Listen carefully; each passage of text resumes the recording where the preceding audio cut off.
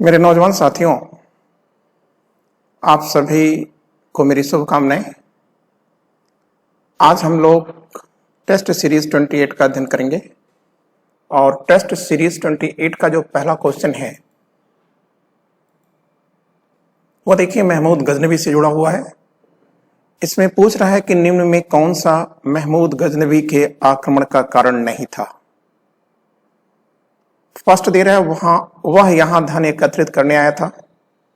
B है उसका उद्देश्य भारत में साम्राज्य स्थापित कर ईरानी संस्कृति का प्रचार प्रसार करना था। उसका उद्देश्य भारत में इस्लाम का प्रचार करना था। वह यहां मंदिरों को लूटने आया था या लूट कराने आया था। ठीक है, इसको थोड़ा सही कर लेना है हमें। और अब इसका हमको आंसर तलाशना है कि क्या उद्देश्य नहीं था महमूद गजनवी के आने का। तो इसका आंसर है बी। क्लियर? क्योंकि अगर वो हिंदुस्तान से धन एकत्रित करेगा तभी वह भारत में इस्लाम को प्रचारित कर सकता है। ठीक है, और मध्य एशिया में इस्लामिक भावनाओं को स्थापित कर सकता है। लेकिन यहां पर कह रहा है ईरानी संस्कृति का प्रसार करना, तो यह चीज गलत है। ठीक है, और एग्जैक्टली महमूद गजनवी के अगर बारे में पूछा जाए कि क्या महमूद गजनवी का उद्देश्य धर्म का प्रचार करना था। मान लीजिए कि एक अलग क्वेश्चन आपसे आ जाता है और पूछता है कि क्या महमूद गजनवी धर्म के प्रचार के लिए आया था, तो आप याद रखिएगा कि वह कभी भी धर्मांध नहीं था। ठीक है, हाँ वह धनांध जरूर था। धनांध का मतलब है कि वह धर्म को अर्जित करना चाहता है, न कि वह धर्म का प्रचार प्रसार करना चाहता है। ऐसा उसका कोई उद्देश्य नहीं है।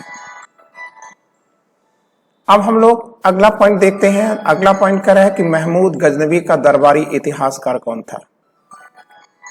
तो हसन निजामी दे रहा है, उतबी दे रहा है, ठीक है, फिरदौसी दे रहा है, चंद्रबरदाई दे रहा है। ये चार विकल्प हैं।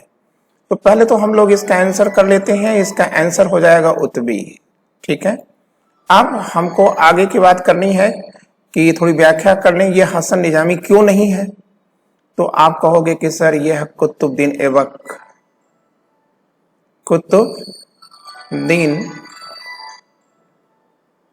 ऐबक का क्या है, वजीर रहा है।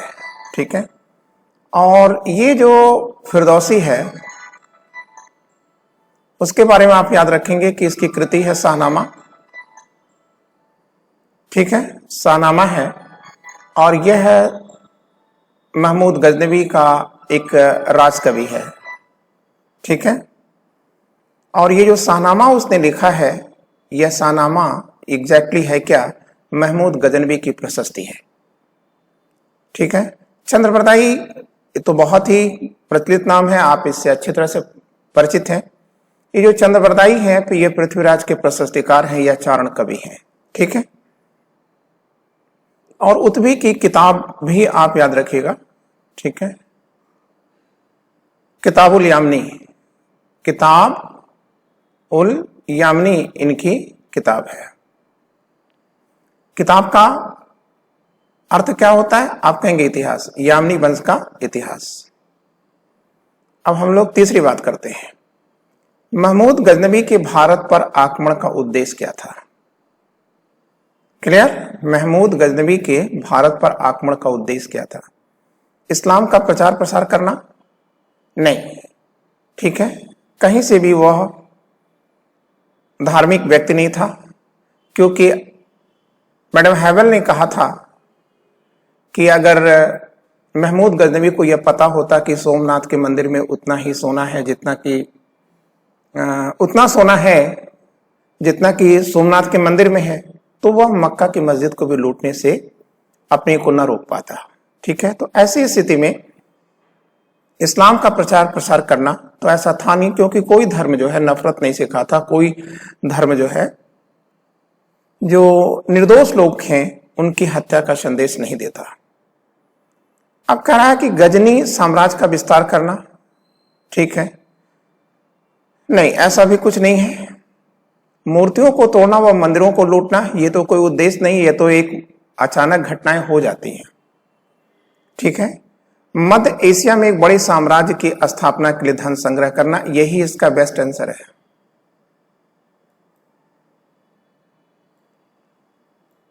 ठीक, अब हम लोग चौथा क्वेश्चन देखते हैं। तराइन की भौगोलिक स्थिति कहां है? तो पहली चीज आप याद रखिएगा कि तराइन के दो युद्ध हो रहे हैं जो महत्वपूर्ण युद्ध हैं, एक 1191 में और एक 1192 में। 1192 में जो तराइन का दूसरा युद्ध होता है उसमें पृथ्वीराज हारते हैं, पृथ्वीराज चौहान या पृथ्वीराज थर्ड या आप कह सकते हैं राय पिथौरा। ये राय पिथौरा क्यों कहा जा रहा है? क्योंकि ये इनके किले का नाम है, दिल्ली स्थित किले का नाम है राय पिथौरा, और इसी किले के नाम पर उनको राय पिथौरा भी कहा जाता है। तो हमको यहां पर एक चीज याद रखना है कि जो तराइन का दूसरा युद्ध होता है इसमें पृथ्वीराज थर्ड ये हार जाते हैं, और जैसे ही ये हारते हैं मोहम्मद गोरी को रोकने वाला इस देश में कोई नहीं रहा। ठीक है, और सल्तनत की रियल जो स्थापना होती है वो पृथ्वीराज के हारने के साथ ही हो जाती है।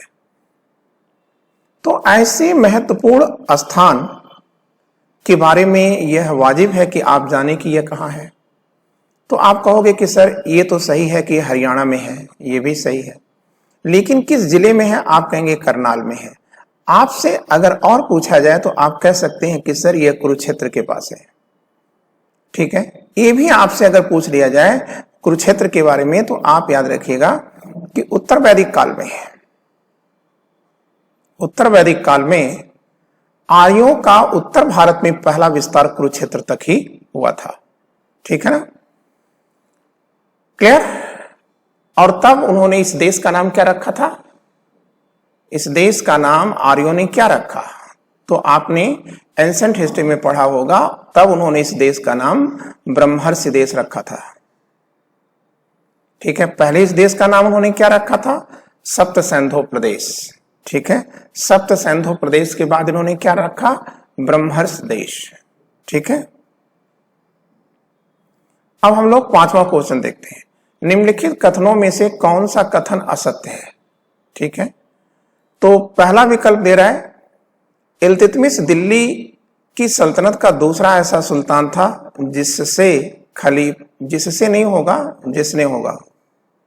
जिसने खलीफा से वैधानिक मान्यता प्राप्त हुआ नहीं किया था। ठीक है, क्लियर?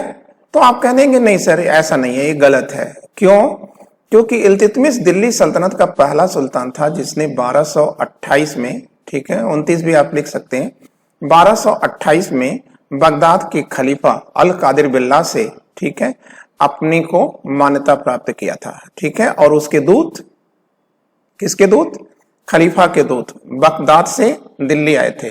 ठीक है, और इन्हीं दिल्ली आए हुए प्रतिनिधियों के सम्मान में इल्तुतमिश ने चीन से, चीनी चित्रकार मतलब चीन से आए हुए चित्रकारों के माध्यम से गसे की पेंटिंग कराई थी। गसा मतलब दरी। ठीक है, क्लियर? और ये सभी सही है। इल्तुतमिश ने सर्वप्रथम इक्तादारी प्रथा को लागू किया था। जी सही है। रजिया सुल्तान ने दिल्ली की जनता के स्पष्ट सहयोग से गद्दी पर अधिकार प्राप्त किया था। सही है। और रजिया सुल्तान ने सर्वप्रथम तुर्क सामंत वर्ग की शक्ति को तोड़ने तथा गैर तुर्क सामंत वर्ग की शक्ति का गठन करने का प्रयास किया था। यह भी सही है। हाँ, मैं एक चीज यहां आपको और स्पष्ट करना चाहता हूं कि जैसे जो सी पॉइंट आप देख रहे हैं जनता के स्पष्ट सहयोग से, ठीक है, अगर मान लीजिए यह भी विकल्प दिया हो और एक विकल्प और बना दे, ठीक है, वृद्ध नमाजियों के सहयोग से, भाई जनता का तो वहां का मतलब ही नहीं है, लोकतंत्र तो था नहीं वहां। ठीक है, तो आप इसका एग्जैक्ट आंसर आएगा कि वृद्ध नमाजियों के या बुजुर्ग नमाजियों के सहयोग से उसने सत्ता पर अधिकार किया था। लेकिन यहां पर, ठीक है, चूंकि पहला ही, ठीक है, बड़ी गलती है, इसलिए यही आंसर लगेगा। ठीक है, तो आइए हम लोग लगा देते हैं।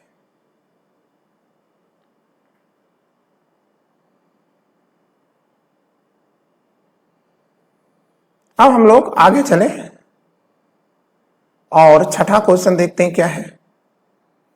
कह रहा है कि इनमें कौन दरवेश राजा के नाम से प्रसिद्ध था। ठीक है, कह रहा है कि इनमें कौन दरवेश राजा के नाम से प्रसिद्ध था। बलबन, मसूद शाह, नासिरुद्दीन शाह। तो इसका आंसर है नासिरुद्दीन शाह, इसका यही आंसर है। ठीक है, क्लियर। और अब हम लोग अगला पोर्शन देखते हैं, छठा। रजिया बेगम की असफलता का प्रमुख कारण क्या था। ठीक है, तो आप कहोगे कि एक दे रहा है विकल्प, कमजोर प्रशासन।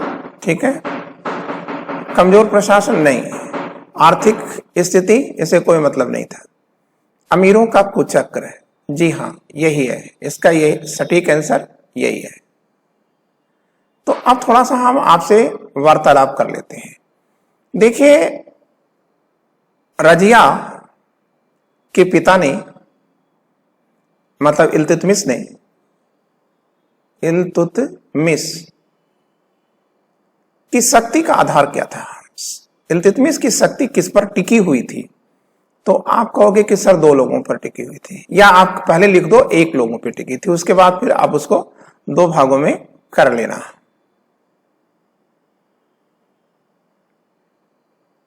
इसको पहले हटा देते हैं और कह दीजिएगा कि इल्तुतमिश की शक्ति का आधार क्या है। तो आप कह देना कि सर विदेशी मुसलमान है, देश के मुसलमानों को वह कोई महत्व नहीं देता था। ठीक है, तो ये विदेशी मुसलमान, ठीक है ना।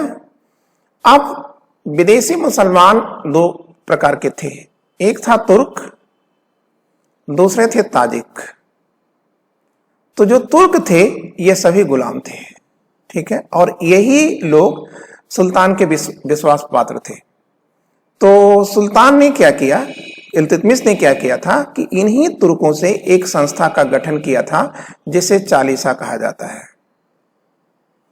या तुर्की चहलगानी भी लिख सकते हैं आप।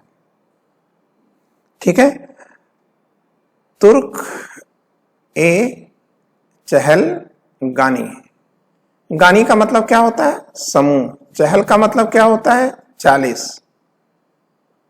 ठीक है, ए का मतलब क्या होता है, का। और तुर्क तो एक वंश और जाति है ही है, नस्ल है।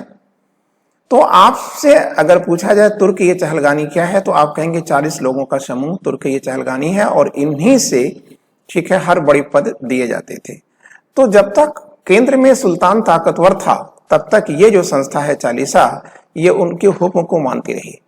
लेकिन जैसे ही सुल्तान कमजोर होगा तो ये सुल्तानी बन जाएंगे, मतलब सुल्तान को बनाने वाले बन जाएंगे। ठीक है, लेकिन जो रजिया है उसको सत्ता किसने दिया था। ठीक है, सुल्तानियों ने तो दिया नहीं था, चालीसा के सदस्यों ने तो दिया नहीं था, इसलिए रजिया इनकी सुनने वाली भी नहीं थी। इसलिए चालीसा के सदस्यों ने अपने को महत्वपूर्ण बनाने के लिए, ठीक है, एक साजिश किया था, और उसी साजिश या कुचक्र के कारण रजिया का पतन हुआ था। ठीक है, तो आपने ये 7वां क्वेश्चन भी कर लिया। ठीक है, 8वां क्वेश्चन कह रहा है कि बलबन संभवतः गुलाम वंश का सबसे कुशल शासक था, गद्दी पर बैठते ही उसने क्या कार्य किया। ठीक है, गद्दी पर बैठते ही उसने क्या कार्य किया। तो मद्यपान मतलब शराब, तथा ये जो अमोद प्रिय लोगों का साथ उसने छोड़ दिया, मतलब जितने भी दारू वारू पीने वाले लोग थे, ठीक है, उल्टे सीधे काम करने वाले थे, ठीक है, उनका उसने साथ छोड़ दिया। ठीक है, और ये इतिहास हमको नसीहत देता है कि शासक और प्रशासक बदनाम कब होता है, जब उसकी संगत अच्छी नहीं होती। या शासक और प्रशासक ही मत करिए, आप ये भी कह सकते हैं कि सर ये किसी के ऊपर भी लागू होता है। सामान्य लोगों से वार्तालाप करना बंद कर दिया।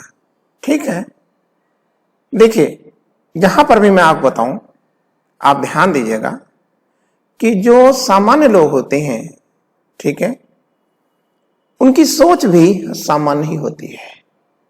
ठीक है, उनके कार्य में भी विशेषता नहीं होती। तो ऐसी स्थिति में जो सुल्तान होगा, अगर ऐसे लोगों की संगति में रहेगा, ऐसे लोगों से बातचीत करेगा, तो वह सामान्य ही बन जाएगा, विशेष कभी नहीं बन पाएगा। और सुल्तान को क्या चाहिए, होना क्या चाहिए, विशेष होना चाहिए। ठीक है ना। जैसे आप एक एग्जाम्पल के रूप में समझ लो, ठीक है, कि जैसे 100 आम हैं और ये आम बहुत अच्छे हैं। ठीक है, 100 आम हैं और ये आम बहुत अच्छे हैं। क्लियर। तो क्या वह एक आम को सड़ा सकते हैं? नहीं सड़ा सकते हैं। लेकिन एक सड़ा हुआ आम इन 100 आम को भी बर्बाद कर देगा। ठीक है। तो बलबन यहां पर एक कुशल प्रशासक लग रहा है। ठीक है। शराबियों के साथ आएंगे तो क्या होगा? शराब अगर है तो शबाब होगा। ठीक है। और जहां शराब शबाब होगा वहां संगीत नृत्य इत्यादि की बातें होंगी। ठीक है। तो ऐसी स्थिति में व्यक्ति की जो व्यक्तित्व है यह प्रभावित होता है। क्लियर। अब 2 पॉइंट हमने व्याख्या कर दिया। अब कह रहा है कि सिजदा और पैबोस का नियम उसने जारी किया था। जी हां, सिजदा और पैबोस का नियम उसने जारी किया था। और यह जो विचार है सजदा, ठीक है, सिजदा लिखा है, सजदा होता है। तो सजदा और पैबोस में क्या होता था? हर वह व्यक्ति जो सुल्तान से मिलने की इच्छा रखता है उसको, ठीक है, क्या करना पड़ेगा? लेट करके उसका सलाम करना पड़ेगा, उसके पैरों को चूमना होगा। ठीक है। तो ऐसी स्थिति में हर मिलने वाला आदमी जो सुल्तान से मिलने आएगा वह अपने अहंकार को छोड़ कर आएगा। ठीक है। तो जाहिर सी बात है, ठीक है, कि ऐसे लोग जो अपने अहंकार को छोड़कर आएंगे, जब वो बाहर निकलेंगे तो वो क्या स्थिति होगी? सुल्तान की जय जयकारे लगेंगे। तो अब अगर आपसे पूछा जाता है कि इसमें सही क्या है, ठीक है, क्या इसके अंदर सही है, तो आप कहोगे कि सर उपरोक्त सभी सही है। ठीक है। अब हम लोग 9th क्वेश्चन देखते हैं क्या है। 9th क्वेश्चन कह रहा है कि बलबन के दरबार की प्रमुख विशेषता कौन सी थी? ठीक है। कठोर अनुशासन था। तो जाहिर सी बात है यार, कठोर अनुशासन तो है ही है। ठीक है। तो इसी को हम लोग निशान लगा देते हैं। अभी हमने समझा भी दिया है, आपको हर बात समझ में आ गई होगी। और ये क्वेश्चन तो आप देखते ही कर सकते थे अगर पिछला क्वेश्चन आपने ध्यान से सुना होगा। 10वां, बलबन की निरंकुशता का मुख्य आधार क्या था?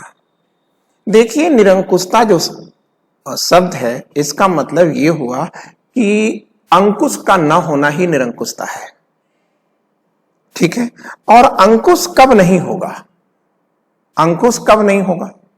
जब आप सर्वशक्तिशाली हो और आपका विरोध करने वाला कोई ना हो। तो इसके लिए आपके पास क्या होना चाहिए? तो आप कहोगे कि सर इसके लिए, ठीक है, बल होना चाहिए, शक्ति होनी चाहिए। और ये शक्ति कैसे आएगी? ठीक है, मैन पावर से आएगी, मतलब सेना से आएगी। तो इसका आंसर आप कर लीजिए, शक्तिशाली सेना। क्लियर। आप 11वां आइए। बलबन के समकालीन एक सुप्रसिद्ध कवि का नाम क्या था? ठीक है। तो आप याद रखिएगा, ये सुप्रसिद्ध जो कवि हैं, ठीक है, ये अबुल फजल तो हो नहीं सकते, आप देखते ही लगा देंगे, क्योंकि ये तो अकबर के इतिहासकार रहे हैं। ठीक है। तो ये तो हो नहीं सकते। फिरदौसी, आप अभी 2 मिनट पहले जाने हैं कि फिरदौसी कौन था? महमूद गजनवी के यह कवि हैं, उन्होंने उनकी प्रशस्ति लिखा है, शाहनामा के नाम से लिखा है। और अलबरूनी महमूद गजनवी के क्या हैं? महमूद गजनवी के साथ आते हैं। ठीक है। इतिहासकार हैं, चिकित्सा शास्त्री हैं, ज्योतिषाचार्य हैं, गणितज्ञ हैं, बहुभाषी हैं। ठीक है। और इनकी किताब जो है तहकीके हिंद या किताबुल हिंद, ठीक है। ठीक है। तो ये भी आप जान गए कि मतलब ये नहीं हो सकता, ये नहीं हो सकता, तो होगा क्या? तो आप कहोगे कि सर अमीर खुसरो ही इसका आंसर है। अब थोड़ी सी यहां व्याख्या कर लीजिए आप। ठीक है। थोड़ा समझ लें आप। जो अमीर खुसरो हैं, ठीक है, ये अमीर खुसरो में आप एक चीज याद रखिएगा, ठीक है, कि यह बेसिकली तो कवि थे। क्लियर। और लेकिन इन्होंने अपनी कविता के माध्यम से एक बड़े इतिहास को भी बता डाला है। ठीक है। तो अब ये जो अमीर खुसरो हैं, इनको संरक्षण सबसे पहले किसने दिया था? आप कहेंगे शहजादे मोहम्मद ने दिया था। अब ये शहजादा मोहम्मद कौन है? आप कहेंगे कि सर बलबन के सबसे बड़े बेटे हैं, ठीक है। और मोहम्मद ने ही अमीर खुसरो के साथ अमीर हसन देहलवी को भी संरक्षण दिया था, ठीक है। आपने ये दोनों चीजें कर लिया, ठीक है। और आप ये भी आप जानते हैं अमीर खुसरो के बारे में कि उन्होंने सितार नामक वाद्य यंत्र का विकास किया था, ठीक है। फिर अगर आपसे पूछ देगा कि यह सितार वाद्य यंत्र दो वाद्य यंत्रों का मिलन है तो कौन कौन वाद्य यंत्र है ये?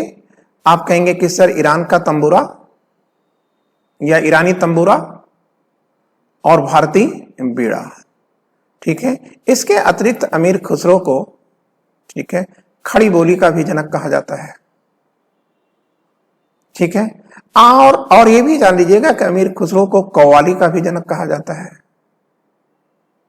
ठीक है। कव्वाली, ठीक है, गायन की एक शैली है कव्वाली, उसका भी जनक इन्हीं को ही माना जाता है, ठीक है। आगे भी इस पर क्वेश्चन एक दिया हुआ है, वहां पर हम थोड़ा और व्याख्या कर लेंगे। तो आइए 12वां क्वेश्चन देखते हैं। अलाउद्दीन खिलजी ने निम्न में कौन सा कार्य किया था? ठीक है, तो फर्स्ट चीज कि उन्होंने प्रशासन को चुस्त दुरुस्त किया था। तो आप कहेंगे यस सर, प्रशासन के लिए ही तो वो जाने जा रहे हैं सर, ठीक है। तो इसका मतलब ये है कि प्रशासन को उन्होंने चुस्त दुरुस्त किया, ये सही हो गया। मंगोलों का आगमन रोकने के लिए विशाल सेना का गठन किया, ठीक है, यस सर, किया ही, सबसे बड़ी सेना इन्होंने रखी थी, ठीक है। और बाजार नियंत्रण व्यवस्था इन्होंने लागू किया एवं वस्तुओं का मूल्य निर्धारित किया तथा आवश्यक वस्तुओं को सस्ता किया, ये भी सही है। इसका मतलब ये है कि यह इसका अब आंसर क्या आएगा? तो आप कहोगे कि सर ये इसका आंसर तो सभी सही है, मतलब डी विकल्प इसका सही है। अब हम लोग 13वां क्वेश्चन देखते हैं। 13वां क्वेश्चन कह रहा है कि अमीर खुसरो किसका दरबारी कवि था? ठीक है, मोहम्मद बिन तुगलक? नहीं sir. Alauddin Khilji? Yes sir, यही है, यही आंसर है, अलाउद्दीन खिलजी। और अलाउद्दीन खिलजी ने अमीर खुसरो को तूतिया ये हिंद की उपाधि से विभूषित किया था, हिंद।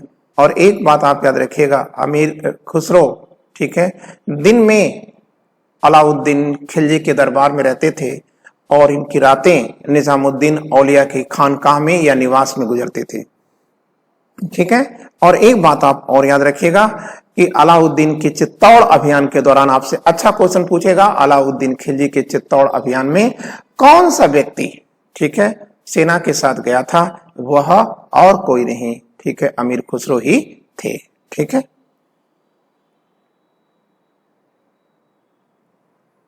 निम्न कथनों पर विचार कीजिए जो अलाउद्दीन खिलजी से संबंधित हैं, ठीक है, क्लियर। तो कह रहा है कि उन्होंने कृषि जमीनों की पैमाइश के बाद जमीनों की मालगुजारी वसूला था। जी हाँ, आप जानते हैं कि अलाउद्दीन खिलजी पहले व्यक्ति हैं जिन्होंने भूमि की, मतलब मुसलमानों में, ठीक है, जिन्होंने भूमि की माप कराई थी, ठीक है, और उसकी यूनिट उन्होंने बिस्वा बनाया था। और 20 बिस्वा इक्वल टू, ठीक है, 1 बीघा उन्होंने बताया, और यह यूनिट आज भी चलती है, ठीक है। और फिर उसने लगान को अपनी पूरी सल्तनत में लागू किया था, ठीक है। जी हाँ, उन्होंने माप कराया और माप कराने के बाद जमीनों की मालगुजारी कराई। यह व्यवस्था उन्होंने संपूर्ण साम्राज्य में लागू किया था। तीसरा, प्रांत के गवर्नरों के अधिकारों को समाप्त किया, ठीक है। जी हाँ, समाप्त किया था, यहां तक कि इक्तादारों से जो है, इक्तादारों को, इक्तादार मतलब गवर्नर हुआ, तो इक्तादारों पर उन्होंने कठोर नियंत्रण आरोपित किया था, ठीक है। तो इसका मतलब ये तो सभी सही हो गए ना। तो अब हमारा आंसर क्या आएगा? तो देखिए आंसर में ये तो होगा नहीं, ये भी नहीं है, ये इसका आंसर है। अब हम लोग 15 क्वेश्चन देखते हैं क्या है। 15 क्वेश्चन में है तो इजी, लेकिन लोग बहुत गलतियां करते हैं यहां। मंगोल आक्रमणकारी चंगेज खान भारत के उत्तर पश्चिम, मतलब नॉर्थ वेस्ट सीमा पर निम्न में से किसके काल में आया था? ठीक है, सीमा पर आया लेकिन अटैक नहीं करता है, ठीक है। क्यों अटैक नहीं करता है? क्योंकि इल्तुतमिश अच्छी तरह से जानते थे कि अभी वे, ठीक है, नए नए शासक बने हैं, ठीक है, और मंगोल नेता चंगेज खान जो कि मंगोलिया से हैं, वह एक मध्य एशिया के, या आप कह सकते हैं कि संपूर्ण एशिया के, ठीक है, सबसे ताकतवर योद्धाओं में शामिल हैं। और ऐसी स्थिति में यदि उन्होंने मकबरनी की सहायता किया तो चंगेज खान का भारत पर आक्रमण हो जाएगा, ठीक है। इसलिए उन्होंने बुद्धि का प्रयोग करते हुए उत्तर पश्चिम मामले में कोई हस्तक्षेप नहीं किया। तो आप जान गए कि यह कौन हो सकता है। आप कहोगे कि सर यह इल्तुतमिश है, ठीक है, 1217 में, ठीक है, जलालुद्दीन मकबरनी, ठीक है, ये भाग करके कहां से आया था, आप कहेंगे खुरासन से या ईरान के से भाग करके, ठीक है, सिंध में आया था और नासिरुद्दीन कुबाचा के यहाँ संरक्षण लिया था, ठीक है। ये आपने इल्तुतमिश का मैटर पढ़ा होगा आपने, तो आपको पकड़ में आ जाएगा। नहीं अगर पकड़ में आ रहा है तो इमीडिएट आप कोई किताब उठा लीजिए और उसको अगर आप तुरंत देख लेंगे तो ये मैटर आपको लाइफ लॉन्ग नहीं भूलेगा, ठीक है। 16, दिल्ली सल्तनत के तुगलक राजवंश का अंतिम शासक निम्नलिखित में कौन था, ठीक है। तो तुगलक वंश का अंतिम शासक, तो देखिए तुगलक वंश के अंतिम शासक जो हैं वह 1394 से लेकर के 1413 तक, ठीक है, यहाँ 14 भी कर सकते हैं लेकिन मैंने यहाँ एग्जैक्ट लिखा है 1413 तक कौन सत्तासीन होता है, तो आप कहेंगे सर नासिरुद्दीन महमूद सत्तासीन होते हैं, ठीक है। आप देखिए इसमें नुसरत शाह भी लिखा है, ठीक है, तो ये नासिरुद्दीन महमूद के चाचा हैं, मतलब फिरोज तुगलक के बेटे हैं और इन्होंने भी, ठीक है, नासिरुद्दीन के विरुद्ध बगावत करके इन्होंने कहां से शासन किया था, फिरोजाबाद से शासन किया था। लेकिन इनको शासक नहीं माना जा सकता क्योंकि सल्तनत कहां से केंद्रित था, कहां से उसका शासन किया जाता था, तो आप कहोगे कि सर दिल्ली से, ठीक है ना। तो ये है नासिरुद्दीन महमूद, इसका आंसर बन गया आपका। फिर हमको मित्रों आगे चलना है, 17 क्वेश्चन देखना है। 17 क्वेश्चन में कह रहा है कि भारत में प्रथम पूर्ण इस्लामिक परंपरा के अंतर्गत निर्मित जमात मस्जिद का निर्माण किस सुल्तान ने करवाया था, ठीक है। तो पहली चीज तो आप याद रखिएगा कि ये यहां हम व्याख्या कर दे रहे हैं, तो ये है जमात खाना मस्जिद, जमात खाना मस्जिद, ठीक है। मतलब वह मस्जिद आपको बताना है जो पूर्णतः इस्लामिक विधि पर निर्मित है, ठीक है। तो ये जमात खाना मस्जिद है। ये मस्जिद कहाँ है, राजस्थान के भरतपुर में थी और आज भी उसके अवशेष हैं। अब प्रश्न आता है यहां कि इसका निर्माण किसने कराया था, तो आप कहोगे कि सर वह अलाउद्दीन खिलजी ने कराया था, ठीक है। और अब 18वां क्वेश्चन देखते हैं। 18वां क्वेश्चन में कुछ भी आपको नहीं करना है, आपको डायरेक्ट इसका आंसर कर लेना है। यादव राजाओं की राजधानी क्या थी, आप बोलोगे कि सर महाराष्ट्र की देवगिरी। देवगिरी को और किस किस नाम से जाना जाता है, तो यहां मैं लिख दे रहा हूं, आप भूल मत करिएगा। देवगिरी जब यादव यहां शासन करते थे तब ये देवगिरी थी, ठीक है। जब यहाँ पर कुतुबुद्दीन मुबारक खिलजी आते हैं तब उन्होंने इसका नाम रखा था कुतुबाबाद, और जब मोहम्मद बिन तुगलक आते हैं तब इन्होंने इसका नाम रखा था दौलताबाद, ठीक है। अब अगर आपसे ये पूछा जाता है कि दौलताबाद को केंद्र बना करके दक्षिण भारत में एक नया राज्य उत्पन्न हुआ था मुसलमानों का, वह कौन सा था, आप कहोगे कि सर बहमनी राजवंश है, राजवंश है, ठीक है। अब हम लोग 19 क्वेश्चन देख लें।